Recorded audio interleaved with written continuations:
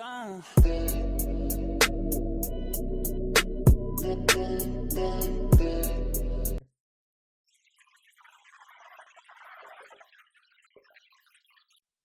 Diana's death not an accident, witnesses say as mystery surrounds dark cars. Two witnesses to the death of Princess Diana say they still fear for their lives after reporting seeing two mysterious dark cars at the crash scene. Robin and Jack Firestone live in a gated complex because they are terrified that there could be reprisals. "We still live in fear today because of what we saw and what we were told," says Robin.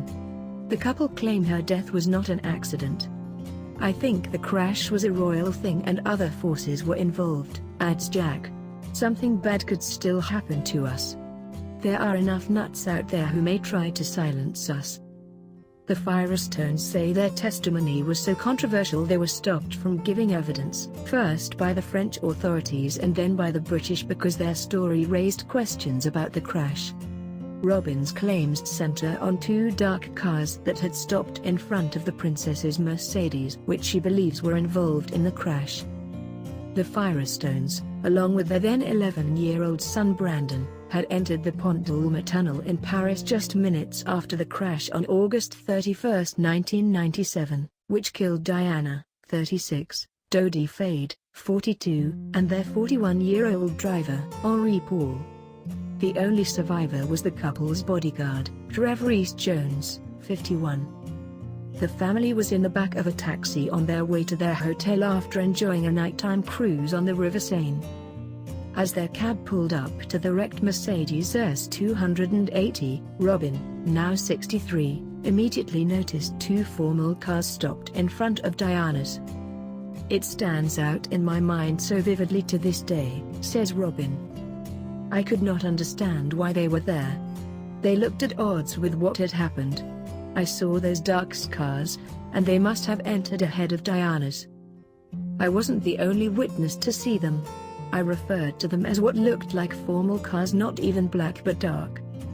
They were just awkwardly parked, and I don't recall anyone being in them. The two cars had to be driving ahead of Diana's car. They then buried all reference to them, but they were there." The mother of one's claims have been backed up by a British solicitor who told officers about two mystery vehicles which have never been traced. Gary Hunter felt one of the mystery vehicles was shielding the other, which could have hit Diana's Mercedes. At the time of the crash, the Firestones did not realize who was in the car. Due to the lack of emergency services activity, the couple assumed that the accident had happened a while back, not mere minutes earlier. Jack, who is in talks with film and TV studios over turning his book Chasing Diana into a movie, says, "There was only one police officer stood at the car and a lot of photographers.